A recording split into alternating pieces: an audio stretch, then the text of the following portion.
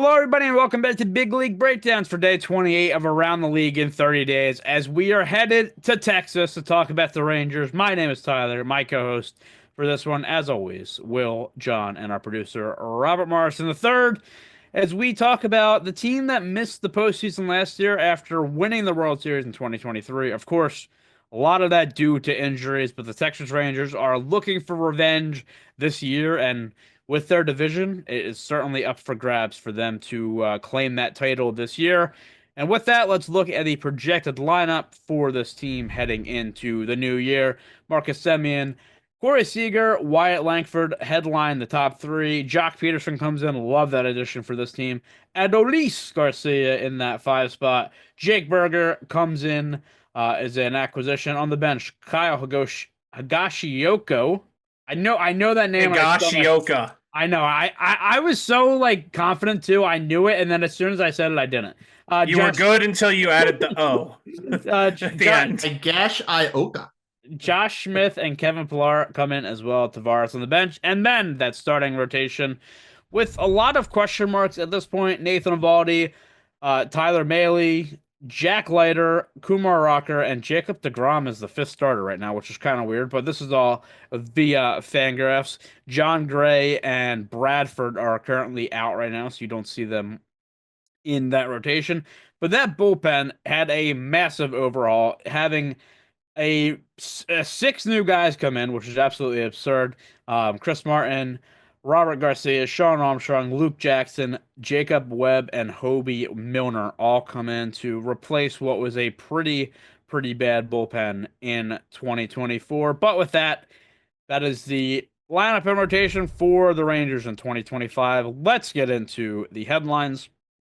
And simple question: how does this team that were the champions in 2023 get back into the playoffs in 25 with their offseason additions? Of course, Peterson, Berger, and again, that whole bullpen remodel. Will, what are your thoughts? They need their offense to be closer to what it was in 2023, which was the best in the American League. And they need their pitching not to be dog water, as you like to say.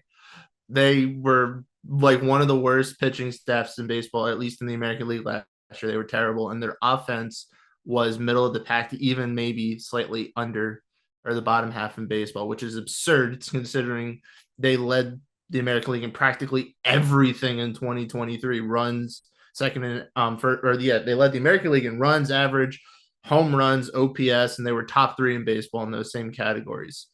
Offensively, I really like some of the additions they've done. I think Jock Peterson is going to be a really nice fit. Jake Berger will definitely give you more home runs than what you got from Nathaniel Lau. I mean, you probably won't get the same batting average, but with the rest of the offensive pieces on that team, I don't think you care. The pitching is just a massive question mark. And yeah, as you said, they already have injuries to Bradford and Gray. Gray is out indefinitely for probably a couple months because he broke his wrist. Bradford probably avoided a major injury, as did Mahle, but it's still questionable, I guess, at this point of when exactly he'll be back. So they're going to have to rely on Leiter and Rocker, it looks like, to start the season. And this pitching staff, I think, could be an absolute killer. So they better hope that DeGrom can stay healthy and that the young guys step up. John, I know you absolutely hate giving the injury passes to teams, but this starting pitching rotation got obliterated by injuries last year, which is one of the main reasons why they really did miss the playoffs. So, are you expecting a bounce back from them overall this year, pitching and hitting, where they can get themselves back into the conversation? Yeah, I do not like giving that excuse to anyone, especially not when you just won the World Series. Look, I don't have to give the Dodgers shit. well, Not giving I the didn't. Rangers shit. Well, I Yeah, the didn't. Dodgers. Well, they are.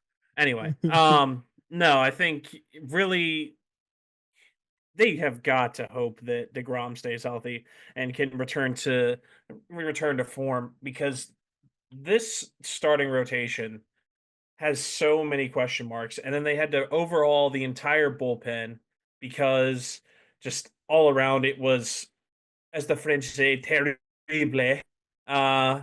So yeah, they might score 9 runs, but I think they're going to give up 10.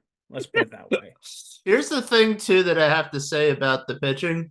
I'm not giving him anything, any like freebies because of the pitching last year. I mean, when you pick older guys or injury prone guys, you got to expect they're going to get hurt. And guess what happened, guys? And for the bullpen stuff they did this year, yes, they revamped it, but the big thing is you let 3 guys walk that had 2 of them had fantastic years, even as older pitchers, and Kirby Yates and Robertson. And Robertson is still out there. But also Leclerc left, which was kind of interesting just because he had been around for such a long time. And he was probably more so your typical closer or back end guy because he'd have some years where he was fantastic. Then he'd have a couple years where his ERA was either upper 3s or low 4s. And it just felt like what they brought in to replace what went out is just very below what you'd want. Yeah, I mean, that was going to be the next point I wanted to get to is the bullpen actually better? As you said, like they definitely went with the quantity over quality approach. I'll give you that. And I do think there is some names that they added that do have potential to step up. But as you said, I mean, Robertson was great this year. Yates was great. Got him a contract with the Dodgers, which was every guy's dream. And Leclerc, as you said, was around for a while, and that was interesting because he was their rock when they won the World Series in 23. He was really good for them closing out games. So kind of crazy to see him go. But for the additions that they brought in, I think Chris Martin definitely had a down year last year, but he's somebody who can come back. I like that they got a lefty and Milner in, as well as Garcia. And Luke Jackson potentially is a guy that can come back and be great. So I don't know. There's still a lot of questions though, Will. So you're not happy with it overall? Oh, I think their bullpen doesn't look that great at all. I mean, especially seeing Martin, if that's true that he's going to be the closer as the back end guy. I don't love that at all. Webb is probably your best guy in that bullpen right now. But like you said, there's guys that have had. Yeah, John can laugh at that because he knows what Webb is like. But he's inconsistent. You have guys that have had some very good years. They've had also very not great years recently. Martin's aging. Milner had a really bad year last year, and if he's basically what you get as the closest thing to a lefty specialist, I feel like nowadays, given the 3-batter rule, and a whole bunch of other guys that are just kind of plucked out of who knows what hat and then thrown in to see if they can help build a bullpen. But when you have to overhaul, it looks like 6 out of your 8 bullpen guys. Like, I understand you can build a bullpen year after year, but this seems like it's rather drastic to me, especially when you want to be a contender. Yeah, and as you said, I actually didn't realize Chris Martin is going to be 39 in just a few months, but Grandpa. In 2023, he posted a 1.05 ERA in 51 games, which was crazy good. But then last year came back to where he kind of normally is with a 3.45 and 44 innings. So him as your closer, I think you're probably hoping for a little bit more. But John, kind of piggybacking off of what Will said, like, and I always say this, I think that bullpen arms are very replaceable. Like because you just don't know what you're gonna get from guys year after year. They're so inconsistent. You can have a top of the line guy for years, and then all of a sudden he just absolutely falls off. So do you think that the bullpen will still be like a thorn in the side for this team? Oh, 100%. I think that they brought in a bunch of question marks. I don't think they brought in anyone that was consistent, and the guy they did have that was consistent, they let him walk out the door. So they didn't solve anything. They may have actually gotten worse. Any chance? Any chance you think they bring Robertson back, or is that just out of the question? Because I feel like I mean, is there a chance? Sure, but I mean, I feel like they bring him back. Like we're probably feeling a little bit better about this. But I don't know. Like there's definitely. I mean, yes, they bring him back. Sure, they have a lot of question marks, and who knows what the next injury is going to be. But there's also a lot of other teams that could probably take a bullpen arm last minute. Just before recording this episode, the Braves re-signed Kimbrel because you choose Kimbrel over Robertson because that makes sense. But it's a homecoming, and yeah, Yeah, whatever. I don't care. He's gonna get You're absolutely gonna be rocketed. But you're gonna be Roberts, really salty when he's closing out games against the Phillies. oh, he is, and he's Watch probably it. Watch gonna him close a go couple. back. Watch him go back to the old Kimbrel. He will. Hey, if we want to say what Kimbrel's been the last couple of years, he's going to be fantastic for the first half. Once the dog days of summer hit, he might as well be released then before things go south. But no, I mean, That's a matter of anything's up for opinion in grabs terms for of the first Rangers and half is Robertson. concerned. I You got think at 2.7 something. Shut up for being ungrateful. I think that yeah, I kind of think they'll probably stick to what they have unless they get an injury. But all I'm saying is I think you feel a lot better about your bullpen if you're Robertson. And I'm kind of curious to see what the fans have to say about it because again, like if you're kind of my mind of like, all right, like bullpen's so inconsistent, it's like damn, our bullpen was so bad last year. Let's just throw everybody out and stick with somebody new. Like I'm wondering, and again, there is some guys that have some potential there, or at least potential as in like they can do an okay enough job where they're not at the bottom of the league, but definitely again, as we keep saying, question marks there. And then looking at that rotation, the big question, and I put this in the lower third there. I said full year, hopefully, of DeGrom, but that seems far fetched at this point in his career. And then Leiter and Rocker also getting a shot because of injuries. Will, you're pretty skeptical about this rotation as well. Why is that the case? Well, DeGrom's name's misspelled, so I'm going to assume that therefore we're getting the like hand-me-down version of DeGrom. But Hey, he's got a big D though. yeah, a little G, and that's the problem. But Degrom. but no, I mean that it's the same thing I guess as last year, just with less injury-prone players. But still, even if you had DeGrom for a full season, you had everyone else. To me, that's still not the best looking rotation. Like you're gonna have a very good DeGrom. Eovaldi to me is someone that's amazing in the postseason, but during the regular season, he's been at best a number 3 pitcher. I don't think he's ever truly been an ace in my eyes. And after that, you have a bunch of back end guys. But to say you're going to get a full season out of the ground, I feel like is wishing you're going to hit the Powerball on your first ticket. So you're going to get him hurt for some point. You just got to hope it's not for too long. And then after that, it's just like, all right, pray to God one of these guys takes a huge step forward. You can blame me, by the way, because I get blamed for everything about the spelling, so I'll take the fall for that, not our producer. Oh, that's even worse. You got was, little D. it got was the little D. it was definitely me. I'll put my hands up on that one. John, He got old quick. He's suddenly 37 years old. Something Dude, is it's always crazy. off with DeGrom. That's the point. That's what something's always off. I mean, we know how dominant he was in his heyday. Like, John, do you think is there any of that left? Because as you said, he got old quick and he's coming off of a lot of injuries now and he can't stay healthy. So I kind of joked about him being slotted in like that 5th spot as the projected rotation for the Rangers, but he is more of a question mark now than he ever has been in his career. This reminds me of the story of Old Yeller. In all honesty, I think it's time to put this dog out to pasture and let him go.